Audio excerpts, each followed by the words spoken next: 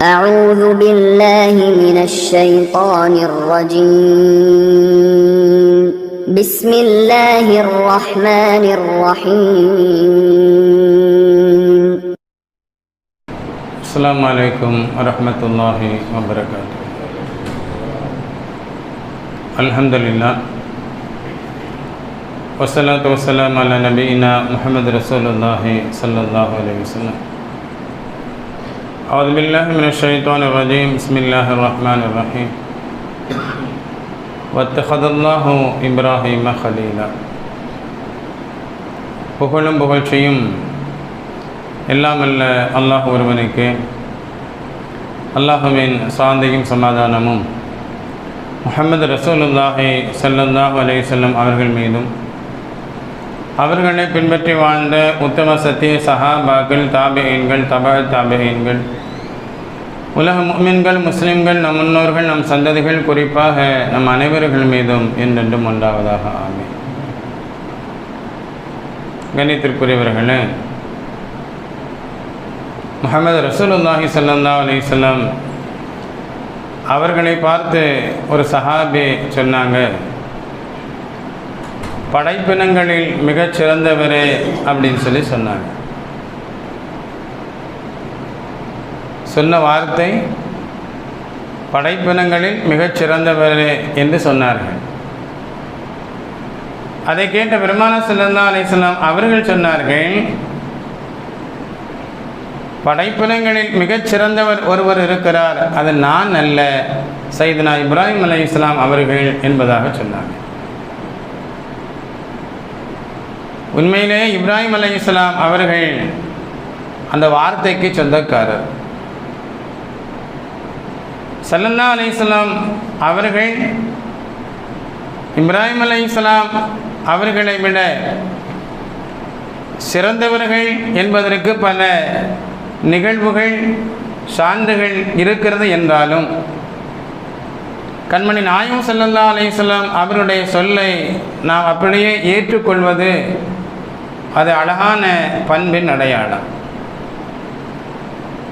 ஸல்லல்லாஹு அலைஹி வஸல்லம் அவர்கள் தன்னுடைய பணிவை அந்த இடத்துல வெளிப்படுத்தினாங்க என்பது மட்டுமல்ல, இப்ராஹிம் அலைஹிஸ்ஸலாம் அவர்களின் தியாகத்திற்கு ஒரு கண்ணியத்தை ஏற்படுத்தினார். அதனால தான் படைப்பினங்களில் மிகச் சிறந்தவர் என்பதை இப்ராஹிம் அலைஹிஸ்ஸலாம் அவர்களுக்கு சொந்தமாக்கினார்கள் முஹம்மது ரசூலுல்லாஹி ஸல்லல்லாஹு அலைஹி வஸல்லம் அவர்கள். அல்லாஹ் ரப்பில் ஆலமீன் குர்ஆனில் சொல்லுவான், قد كانت لكم أسوة حسنة في إبراهيم والذين معه. உங்களுக்கு முன் மாதிரி இப்ராஹிம் அலைஹிஸ்ஸலாம் அவர்களிடத்திலும் அவர்களை சேர்ந்தவர்களிடத்திலும் இருக்கிறது என்பதாக அல்லாஹ் தஆலா சொல்லுவார். இப்ராஹிம் அலைஹிஸ்ஸலாம் அவர்களுடைய அந்த வாழ்க்கை வழிமுறை இருக்கிறது, நாம் எப்படி வாழ வேண்டும் என்று கற்றுத்தருகின்ற ஒரு பாடசாலை. அவருடைய வாழ்க்கையை நாம் படிக்கணும் என்பது மட்டுமல்ல, அவர்களுடைய வாழ்வியலை நாம் பின்பற்றணும். அது ரொம்ப முக்கியமானது. அல்லாஹ் ரப்பில் ஆலமீன் இப்ராஹிம் அலைஹிஸ்ஸலாம் அவர்களை பல விதத்திலும் பல கட்டங்களிலும் சோதித்தான். அன்பானவர்களே, ஒன்றை புரிந்து கொள்ள வேண்டும், சோதனை என்பது வேறு, தண்டனை என்பது வேறு. தண்டனையின் முடிவு நஷ்டமடைந்ததாகத்தான் அவருக்கு இருக்கும். சோதனையின் முடிவு என்பது அதை மனிதன் சகித்து கொண்டால், பொறுத்து கொண்டால், அல்லாஹ்வினுடைய அந்த விதியை ஏற்றுக்கொண்டால் அது அவருக்கு லாபகரமாக அது அமையும், மகிழ்ச்சிக்குரியதாக மாற்றம் பெறும். அப்போ சோதனை வேறு, தண்டனை என்பது வேறு. இப்ராஹிம் அலைஹிஸ்ஸலாம் அவர்களை ஒரு கட்டத்திலும் அல்லாஹ் தண்டிக்கவில்லை, அவர்களை சோதித்தான். எப்படிப்பட்டவரை அல்லாஹ் சோதித்தான்? படைப்பினங்களில் மிகச் சிறந்தவரான இப்ராஹிம் அலைஹிஸ்ஸலாம் அவர்களை. சொன்னது யாரு?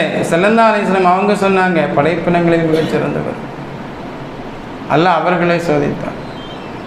இப்ராஹிம் அலைஹிஸ்ஸலாம் அவர்களை பற்றி அல்லாஹ் குர்ஆனில் சொல்லுவான், வத்தஹதல்லாஹு இப்ராஹீம கலீலா. அல்லாஹு தஆலா இப்ராஹிம் அலைஹிஸ்ஸலாம் அவர்களை தன்னுடைய உற்ற தோழனாக நண்பனாக ஆக்கி கொண்டான் என்பதை அல்லாஹ் பதிவு செய்கிறான். அல்லாஹ்விற்கு ஒரு நண்பன் இப்ராஹிம் அலைஹிஸ்ஸலாம் அவர்கள் மட்டும்தான். அந்த ஹலீல் அப்படிங்கிற அந்த வார்த்தையை அல்லாஹ் பயன்படுத்தினான். சுபஹான் அல்லாஹ், எவ்வளோ அற்புதமான வார்த்தை தெரியுமா? தன்னுடைய உள்ளத்தில் நண்பனை தவிர வேறு யாருக்கும் இடமில்லை என்று எவன் நினைக்கிறானோ அவர்தான் ஹலீல். இப்ராஹிம் அலைஹிஸ்ஸலாம் அவர்களுடைய உள்ளத்தில் அல்லாஹ்வை தவிர வேறு யாரும் இல்லை. குடும்பத்தை நேசிக்கணும், சொந்த ஊரை நேசிக்கணும், தன்னுடைய நாட்டை நேசிக்கணும், மனைவி மக்களை நேசிக்கணும் என்பதெல்லாம் உண்மைதான். எல்லா நேசத்தை விட முன்னுரிமை யாருக்கு கொடுத்தார்கள்? இப்ராஹிம் அலைஹிஸ்ஸலாம் அவர்கள் அல்லாஹ்விற்கு கொடுத்தார். அதனால தான் அல்லாஹ் ரப்பில் ஆலமீன் அவர்களை ஹலீல் என்பதாக சொல்றார். அல்லாஹ் தன்னுடைய உற்ற நண்பனாக இப்ராஹிம் அலைஹிஸ்ஸலாம் அவர்களை தேர்வு செய்தான். பல விதத்திலும் அவர்களை சோதித்தான். ஏன்னா கோடான கோடி படைப்புகளுக்கு மத்தியிலே இப்ராஹிம் அலைஹிஸ்ஸலாம் அவர்களை மட்டும் தன்னுடைய நண்பன் என்று அல்லாஹ் சொல்கிறான் என்றால் அதற்குண்டான காரணத்தை இந்த மனித சமூகம் தெரிந்து கொள்ள வேண்டும். இதோ பார், என்னுடைய நண்பனை எப்படி சோதித்தாலும் அந்த சோதனையின் போதெல்லாம் படைப்பாளனாக இருக்கக்கூடிய என்னைத்தான் அவர் முன்னிலைப்படுத்தினாரே தவிர இந்த உலகத்தினுடைய விஷயத்தை அவங்க பெரிதாக நினைக்கல. அப்படிப்பட்ட அந்த பண்பை அவர் பெற்றிருந்ததால் தான், அந்த தியாகத்தை அவர்கள் செய்ததால் தான் என்னுடைய ஹலீல் அப்படிங்கிற அந்தஸ்தை அவர் பெற்றிருக்கிறார் என்பதை இந்த மனித சமூகத்திற்கு அல்லாஹ் சுப்ஹானஹு வ தஆலா எடுத்து சொல்றார். அல்லாஹ் எப்படிலாம் சோதித்தார். தன்னுடைய தந்தை தனக்கு ஒரு கட்டத்தில் எதிரியாக ஆனார். தன்னுடைய தந்தை ஓரிரை கொள்கையை இப்ராஹிம் அலைஹிஸ்ஸலாம் அவர்கள் ஏற்ற பின்பு தன்னுடைய ரப்பு அல்லாஹ் தான் என்று உரக்கச் சொன்னபோது அவருடைய தந்தை இப்ராஹிம் அலைஹிஸ்ஸலாம் அவர்களுக்கு எதிரியாக ஆனார். அவர் யாருங்க? அவரை தந்தை என்றும் சொல்வது உண்டு, வளர்ப்பு தந்தை என்றும் சொல்வது உண்டு. சிலையை வடிவமைக்கக்கூடிய, அந்த சிலைகளை விற்பனை செய்யக்கூடிய ஒரு மோசமான காரியத்தை செய்தார். தந்தையின் நிலைப்பாடு அப்படி, தனையனின் நிலைப்பாடு வேறு விதம். சுப்ஹானல்லாஹ், அல்லாஹ் அவரைத்தான் ஹலீல் என்று அடையாளப்படுத்தினார். தந்தை எப்படி அமைந்தார்? சிலைகளை உருவாக்கக்கூடிய, சிலைகளை விற்பனை செய்யக்கூடியவராக இருந்தார். இறைவனுக்கு இணை வைக்கக்கூடிய நிலையில் அவர் இருந்தார். அல்லாஹ் சுப்ஹானஹு வ தஆலா முதலாக அந்த சோதனைக்கு எப்படி தொடங்குகிறான்? தந்தையை எதிரியாக அல்லாஹ் ஆக்கி கொடுத்தான். தந்தையை விட என்னை படைத்த ஆளும் அல்லாஹ் எனக்கு பெரியவன் என்பதை அவர்கள் வெளிப்படுத்தினார்கள். இப்ராஹிம் அலைஹிஸ்ஸலாம் அவர்களுக்கு நீண்ட நாள் குழந்தை பாக்கியத்தை அல்லாஹ் கொடுக்கலை. கொடுக்காமல் அல்லாஹ் தஆலா சோதிச்சான். பிள்ளைகள் இல்லாதவங்களுக்கு தான் அதனுடைய வலியும் அருமையும் தெரியும். எத்தனை பேர் எத்தனை விதமாக பேசுவாங்க, எப்படியெல்லாம் ஏளனம் செய்வார்கள். மற்றவர்களை விடுங்கள், தனக்கு அந்த ஏக்கமும் அந்த ஆசையும் எவ்வளவு இருக்கும். இப்ராஹிம் அலைஹிஸ்ஸலாம் அவர்களுக்கு 86 வயசில் தான் குழந்தை பாக்கியத்தை அல்லாஹ் கொடுத்தான். அதுவும் அவங்க துவா செஞ்சாங்க, ரப்பி ஹப்லி மினஸ் சாலிஹீன், யா அல்லாஹ் சாலிஹான சந்ததியை எனக்கு கொடுன்னு துவா செஞ்சாங்க. அல்லாஹ் அந்த வயசில் கொடுத்தான். கொடுக்கும்போது அல்லாஹ் சொன்னான், ஃபபஷர்னாஹு பிகுலாமின் ஹலீம், பொறுமையான சகிப்புத்தன்மையுடைய ஒரு குழந்தைய நாம் அவருக்கு கொடுப்பது கொண்டு சுப செய்தி சொன்னோம் என்பதாக அல்லாஹ் சொல்கிறான். அந்த மகிழ்ச்சியான செய்தி அல்லாஹ் எப்படி வெளிப்படுத்தினா? வெறுமனை குழந்தை என்று சொல்லலை, சகிப்பு தன்மை உள்ள குழந்தை, பொறுமை மிக்க ஒரு குழந்தை. அப்படிப்பட்ட ஒரு குழந்தையை கொடுத்து நாம் அவரை என்ன செய்யணும், சந்தோஷப்படுத்தணும், அந்த சந்தோஷமான செய்தியை சொன்னோம் அப்படின்னு சொல்லி அல்லாஹ் ரப்பல் ஆலமீன் சொல்கிறான். குழந்தையை கொடுத்தா சரி, அல்லாஹ் விட்டானா? பலஸ்தீன பகுதியில் அவங்க இருக்கிறாங்க, ஷாம் தேசம்னு சொல்லுவாங்க. அல்லாஹ் சொன்னால், உன்னுடைய மனைவியும் இந்த குழந்தையும் கொண்டு போய் மக்கமா நகரத்தில் இருக்கக்கூடிய அந்த குறிப்பிட்ட இடத்துல காபா என்கிற ஆலயம் இருக்கிறது, அதற்கு அருகில் நீங்கள் விட்டு வாருங்கள் என்று அல்லாஹ் சொன்னார். கிட்டத்தட்ட 1400 அல்லது 1500 கிலோமீட்டர் தூரம் அவர்கள் பயணித்து தான் பெற்றெடுத்த நீண்ட நாட்களுக்கு பின்பு கிடைத்த செல்வம். நாம் சொல்கிறோமா இல்லையா, நேர்ந்து தவம் இருந்து கிடைத்தது என்று. அல்லாஹ்விடத்தில் கேட்டு கேட்டு கிடைத்த அந்த பொக்கிஷத்தையும் தனக்கு உறுதுணையாக, ஆறுதலாக, அனுசரணையாக இருக்கக்கூடிய தன்னுடைய அன்பு மனைவியையும் பாலைவன பகுதியில் ஒரு வனாந்தரத்தில் மக்கள் நடமாட்டமில்லாத இடத்துல குடிப்பதற்கு தண்ணீரோ உண்பதற்கு உணவோ எதுவும் இல்லாத இடத்துல கொண்டு போய் என்ன செஞ்சாங்க, விட்டுட்டு அவங்க வந்தாங்க. அன்பானவர்களே, அல்லாஹ் எப்படி சோதிக்கிறார். நீண்ட நாளுக்கு பின்னாடி ஒரு குழந்தை கிடைச்ச உடனே அந்த குழந்தையின் மீது அளவு கடந்த அன்பு என்பது இருக்கும். இந்த உலக மக்களுக்கு அல்லாஹ் சொல்கிறான், இதோ என்னுடைய கலீலை பாருங்கள், அந்த குழந்தையை விட, அந்த குழந்தையை பெற்றெடுத்து தந்த தன்னுடைய மனைவியை விட என் மீது தான் அதிகமாக பாசம் வைத்திருக்கிறார். நான் என்ன சொன்னேனோ அதை அப்படியே செய்கிறாரு பாருங்க அப்படிங்கிறத அல்லாஹ்வுக்கு சுப்ஹானஹு வ தஆலா அந்த இடத்தில் வெளிப்படுத்துகிறார். இப்ராஹிம் அலைஹிஸ்ஸலாம் அவர்கள் அந்த காரியத்தை செய்தார்கள் என்பது மட்டுமல்ல, அவருடைய அன்பு மனைவி ஹாஜரா அம்மா அவங்க அந்த குழந்தையோடு அந்த வனாந்திரத்தில் இருப்பதற்கு சம்மதித்தார்கள். வேண்டா வெறுப்பாக சம்மதிக்கலை. இப்ராஹிம் அலைஹிஸ்ஸலாம் அவர்கள் அல்லாஹ்வுடைய கட்டளை இது என்று சொன்ன போது, நீங்கள் போங்க, அல்லாஹ் எங்களுக்கு போதுமானவன், அவன் எங்களை பாதுகாப்பான் அப்படிங்கிற அந்த வார்த்தையை அந்த அம்மா வெளிப்படுத்தினாங்க. ஈமானிய பலம். தனியாக இருக்கிறோம், ஆள் நடமாட்டம் இல்லை, அடுத்து பசிச்சா என்ன செய்கிறது அப்படிங்கிற கவலை அவங்களுக்கு இல்லை. அல்லாஹ் இட்ட கட்டளை இது என்றால் அதை நான் மனதார ஏற்கிறேன் என்றார்கள் ஹாஜரா அம்மா. அவங்க இப்ராஹிம் அலைஹிஸ்ஸலாம் அவங்க திரும்பி வந்தாங்க. கொஞ்ச நாளில் அல்லாஹ் மீண்டும் ஒரு சோதனையாக ஒரு கட்டளை விதித்தான். அந்த பிள்ளையை உங்களுடைய கையால் நீங்கள் அறுத்து பலியிட வேண்டும், குர்பானி கொடுக்கணும்னு சொன்னான். நீண்ட நாட்களுக்கு பின்பும் ஒரு தந்தை தன்னுடைய மகனை பார்க்க சென்றால் அந்த பிள்ளைக்கு தேவையான பொருட்களை வாங்கி செல்வது வழக்கம். தன்னுடைய பிள்ளையை பார்க்கும்போது, நான் இருக்கிற, நீ கவலைப்படாத, உனக்கு என்ன வேணும், என்ன ஆசை இருக்கிறது அப்படின்னு சொல்லி கொஞ்சம் பேசுவது வழக்கம். இப்ராஹிம் அலைஹிஸ்ஸலாம் அவர்கள் போனார்கள். அவர்கள் கொண்டு சென்றது விளையாட்டு பொருட்கள் அல்ல, தின்பண்டங்கள் அல்ல. தன்னுடைய மகனை தன்னுடைய கரத்தால் அறுப்பதற்காக கத்தியை கொண்டு சென்றார்கள். கத்தியை கொண்டு சென்றார்கள். தன்னுடைய மகனிடத்தில் பேசுகிறார்கள், அல்லாஹு தஆலா இப்படி ஒரு கட்டளை எனக்கு விதித்திருக்கிறான், நீ என்ன சொல்கிறன்னு கேட்டாங்க.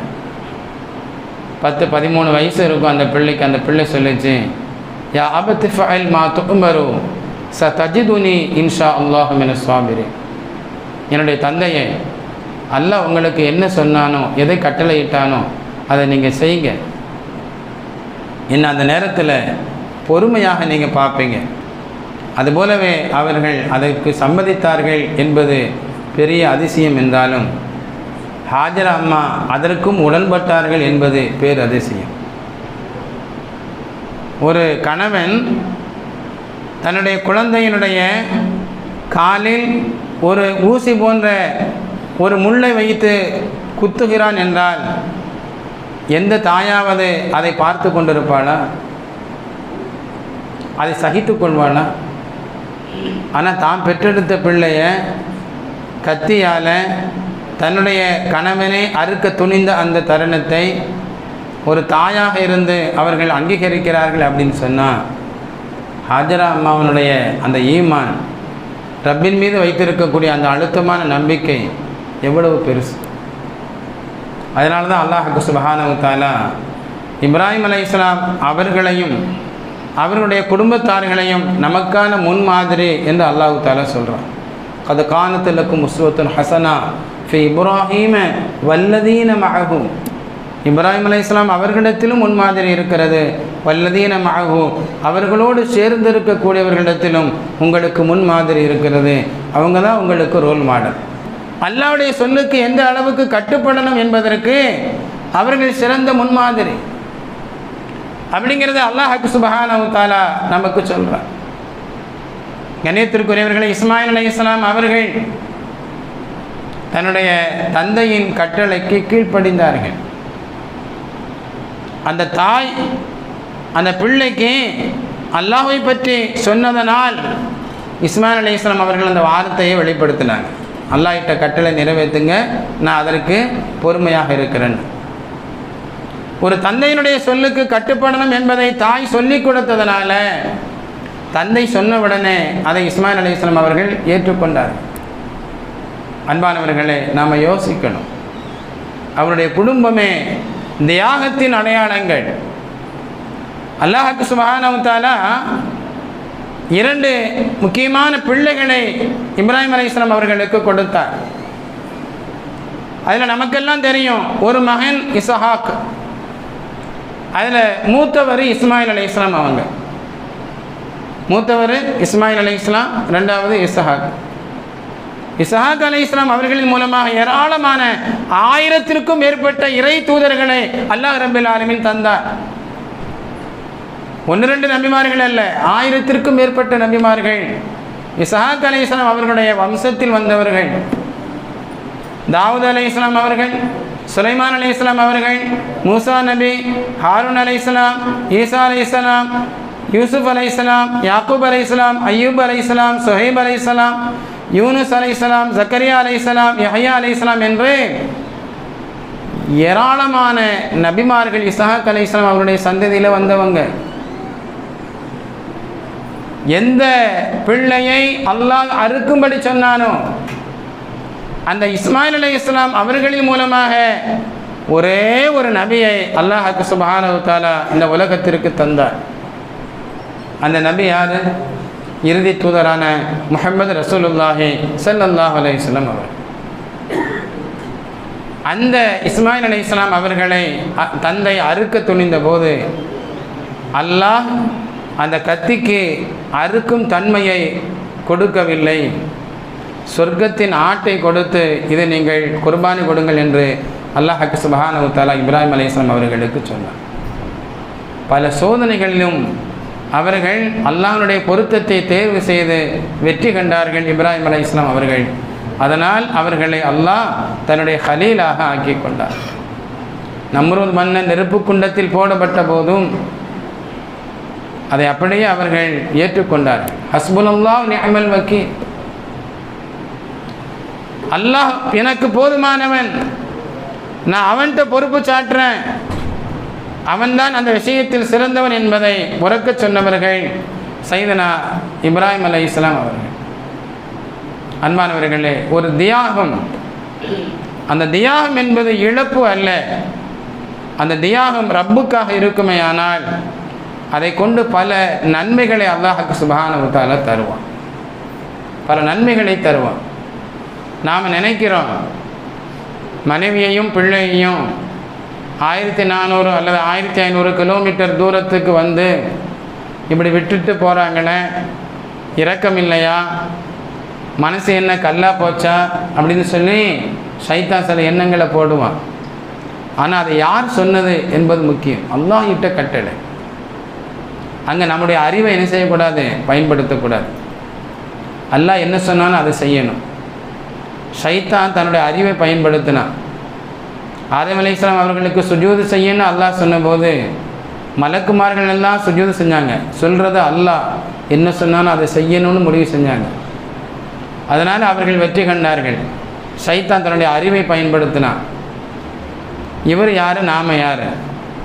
நாம் நெருப்பால் படைக்கப்பட்டவன், இவர் மண்ணால் படைக்கப்பட்டவர். நம்முடைய அந்தஸ்து பெருசு. நெருப்பு மேல் நோக்கி செல்லும், மண் என்ன செய்யும்? கீழ் நோக்கி தான் போகும். அவரை விட நான் தான் உயர்ந்தவன், நான் ஏன் அவருக்கு சஜிதா செய்யணும்னு தன்னுடைய அறிவை கொண்டு அவன் யோசித்தான். அவன் சபிக்கப்பட்டவனாக சொர்க்கத்திலிருந்து வீசி எறியப்பட்டான் என்பது குர்ஆன் சொல்லும் செய்தி. இப்ராஹிம் அலைஹிஸ்ஸலாம் அவர்கள் செய்த அந்த காரியத்தின் பலன் என்ன தெரியுமா? அல்லாஹ் சுப்ஹானஹு வ தஆலா ஜம்ஸம் தண்ணீரை தந்தான். இப்ராஹிம் அலைஹிஸ்ஸலாம் அவர்கள் அந்த இடத்துல வச்சு தன்னுடைய மனைவியையும் மக்களையும் விட்டு கொஞ்சம் தூரம் வந்தாங்க. எந்த அளவிற்கு? அந்த தாயும் அந்த பிள்ளையும் தன்னை பார்க்க முடியாத அளவிற்கு தூரமாக வந்துட்டு அல்லாஹ்ட்ட துஆ செஞ்சாங்க, யா அல்லாஹ், இவர்களை இங்கே உன்னை தொழுவதற்காக வேண்டி நான் விட்டு செல்கிறேன். மக்களுடைய உள்ளங்களை இவர்களின் பக்கம் திருப்புவாயாக.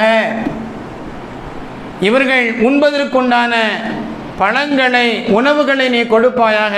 உனக்கு நன்றி உடையவர்களாக இவர்கள் இருப்பார்கள் என்று இப்ராஹிம் அலைஹிஸ்ஸலாம் அவங்க துஆ செஞ்சாங்க.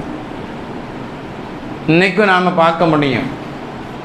உலகத்தில் இருக்கின்ற எல்லா வகையான உணவுகளும் பாலைவன பகுதி என்று அன்று சொல்லப்பட்ட, வனாந்திரம் என்று சொல்லப்பட்ட அந்த நாட்டில் கிடைப்பதை நாம் பார்க்க முடியும். என்னென்ன பழங்கள் உலகத்தில் இருக்கிறதோ எல்லாமே அங்கே கிடைக்கும். என்னென்ன பொருட்கள் உலகத்தில் விற்பனை செய்யப்படுகிறதோ எல்லாமே அங்கே கிடைக்கும். அல்லாஹ் அப்படி ஒரு பெரிய மாற்றத்தை ஏற்படுத்தி தந்தார். அது தியாகத்தினுடைய பலன். இஸ்மாயில் அலைஹிஸ்ஸலாம் அவர்களை அறுக்க துணிந்தார்கள். தான் பெற்ற மகனை தன்னுடைய கையால் அறுப்பது என்பது சாதாரணமான ஒன்றா? ஆனால் ரப்பு சொன்னான், அதை ஏற்க வேண்டும். அவன் எஜமானன், நாம் அடிமை. அல்லாஹ்விற்கு கட்டுப்படுவதில் தான் வெற்றி இருக்கிறது என்கிற உண்மையை உறக்க சொன்னவர்கள், வாழ்ந்து காட்டியவர்கள் சையதுனா இப்ராஹிம் அலைஹிஸ்ஸலாம் அவர்கள். அந்த தியாகத்தினுடைய பின்னணி என்ன? அதனுடைய பலன் என்ன? அந்த இஸ்மாயில் அலைஹிஸ்ஸலாம் அவர்களின் மூலமாக அனைத்துலக முஃமின்களும் முஸ்லிம்களும் குர்பானி கொடுக்கக்கூடிய பெரும் பாக்கியத்தை, ஒரு ஆட்டை அல்லது மாட்டை அல்லது ஒட்டகத்தை குர்பானி கொடுப்பது கொண்டு ஏராளமான பலன்களை நாம் அடைகிறோமே.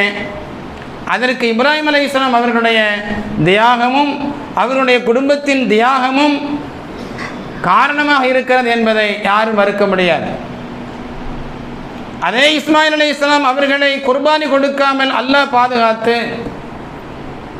அவர்களின் மூலமாக இறுதி தூதரான முஹம்மது ரசூலுல்லாஹி ஸல்லல்லாஹு அலைஹி வஸல்லம் அவர்களையே நமக்கு தந்தான் என்று சொன்னால் அதைவிட வேறு என்ன வேண்டும் நமக்கு? கண்ணியத்திற்குரியவர்களே, இப்ராஹிம் அலைஹிஸ்ஸலாம் அவர்கள் பல கட்டங்களிலும் சோதிக்கப்பட்டார்கள். அந்த சோதனையை சகித்து கொண்டார்கள், பொறுத்து கொண்டார்கள். அல்லாஹ் எவ்வளவு கடுமையான கட்டளை இட்டாலும் அதை ரப்பினுடைய திருப்தி எதில் இருக்கிறதோ அதை அவர்கள் தேர்வு செய்தார்கள். அதுதான் ஹலீல். ஹலீல் என்றால் யார்? தன்னுடைய உள்ளத்தில் தன்னுடைய நண்பனை தவிர்த்து வேறு யாருக்கும் இடமில்லை என்று உறுதியாக இருப்பவர் ஹலீல். அல்லாஹ்வை தவிர இப்ராஹிம் அலைஹிஸ்ஸலாம் அவர்களுடைய உள்ளத்தில் வேறு யாருமே இல்லை. மற்றது எல்லாம் அது ரெண்டாம் பட்சம்தான். அப்படிங்கிற நிலையில் அவர்கள் வாழ்ந்ததனால் அவர்கள் இன்றும் பேசப்படுகிறார்கள், புகழப்படுகிறார்கள். கியாமத் வரைக்கும் அவர்களை பற்றி பேசப்படுகிறது. ஏனென்றால் அல்லாஹ் சுப்ஹானஹு வ தஆலா அவர்களை பற்றி சொல்லுவான், இன்ன இப்ராஹிம் ஹலீமுன் அவ்வாஹு முனீப். இப்ராஹிம் அலைஹிஸ்ஸலாம் அவர்கள் சகிப்புத்தன்மை உடையவர்கள், ரொம்ப இரக்கமுடையவர்கள், அல்லாஹ்விடத்தில் அதிகமாக பிரார்த்தனை செய்யக்கூடியவர்கள், நன்மையான விஷயங்களை செய்யக்கூடியவர்கள் என்று அல்லாஹ் சுப்ஹானஹு வ தஆலா அவர்களை பற்றி பெருமையாக குர்ஆனிலே பதிவு செய்கிறார்.